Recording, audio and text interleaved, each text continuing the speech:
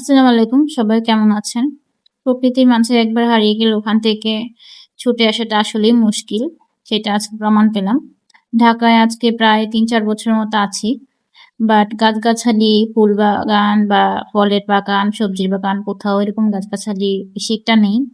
But আমাদের ১০ নম্বরে পাশে একটা ফুলের নার্সারি আছে, পাশাপাশি বিভিন্ন ফল সবজির চারাও বিক্রি করে। তো সেখানে ফুলগুলো দেখলে আর আসতেই মন চায় না। আমি শুধু সবগুলো ফুলের একটা একটা করে ভিডিও করি, বাট আমার ভাইয়ের জন্য করাই যায় না। দেখেন কত সুন্দর সুন্দর ফুল ফুটে আছে, মন চায় সবগুলো ফুল একসাথে নিয়ে আসি বাসায়।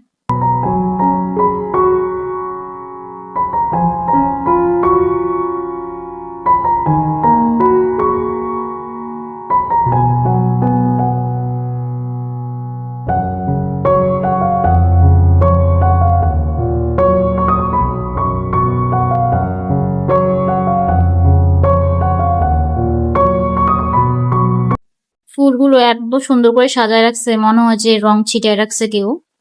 ভাবছিলাম একটা একটা করে সবগুলো ফুলের ভিডিও করব, বাট এত গাছগাছালি একসাথে ছিল যে ওখানে ভিতরে ঢুকে ভিডিও করার ওরকম পরিস্থিতি ছিল না।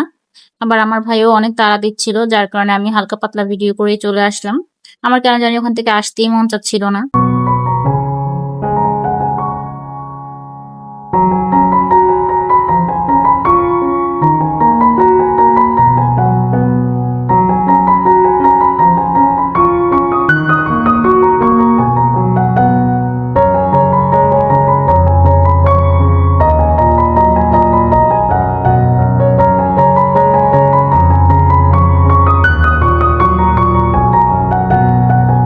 নার্সারিটার পাশে একটা পানিপুরির দোকান ছিল, তো আমার ভাই আমাকে ভালো করে ভিডিও করতে দেয় নাই, সেজন্য আমি তার সাথে দুষ্টামি করতেছিলাম, মানে একটু মজা নিচ্ছিলাম আর কি।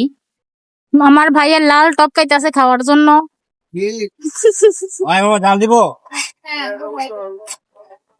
কতক্ষণে খাবে সে ফুচকা, সেই টেনশনে আছে। কারণ তার পেট না, এটা হলো গুদাম ঘর।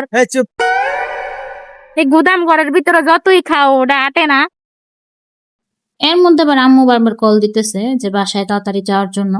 কারণ আমার ছোট ভাই, আমরা যখন বাইরে থাকি আমার পিচি ভাই আম্মুকে অনেক জ্বালাতন করে।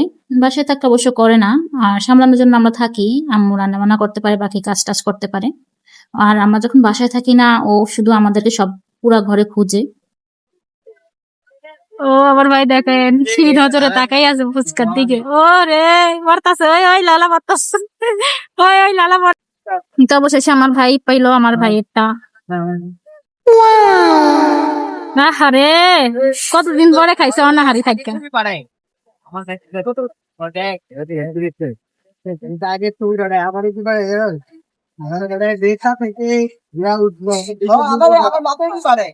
আমার ভাই তো টাপা টপ গিল্লে ফেলতেছে একটার পর একটা। মনে হচ্ছে জীবনে খাইছে না, অনেক বছর ধরে অনাহারে ছিল, এরপর খাবার খাইছে। টমাটো আসছে।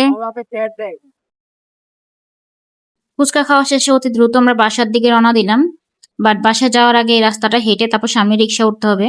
তো রিক্সায় ওঠার আগে ভাবলাম একটু ভিডিও টিডিও করে নিই। দেখেন কত সুন্দর ফুল, মন চাইতেছে এখানে আবার চলে যেতে। এটা ছিল শীতকালের ভিডিও, এখন গরমকালে ছাড়তেছি। হয়তোবা অনেকে দেখলে একটু অবাক হবে যে কেন এরকম সোয়েটার পরে আছে বা কি জন্য।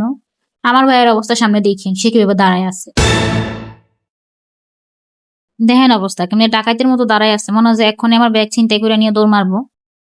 আমি প্রায় সময় ওরে বলি, তুই যখন রাখস তখন পুরে তোরে ডাকাতার মতো লাগে। তো রাস্তায় যাইতেছি, নার্সারি তো শেষ, কিন্তু এখানে সামনে এসে দেখে একটা গোলাপ ফুল ফুটে আছে। তো এটার লোভে ভিডিও করলাম। তো এখানে আবার বকুনি শুনছি। তো আজকের এই ব্লগটা এখানেই শেষ। সবাই আমার জন্য দোয়া করবেন। ভিডিওটি যদি ভালো লাগে থাকে অবশ্যই একটা লাইক কমেন্ট শেয়ার করবেন, আর যদি বেশি ভালো লাগে তাহলে অবশ্যই অবশ্যই এটা সাবস্ক্রাইব করবেন। আল্লাহ হাফেজ, সবাই ভালো থাকবেন।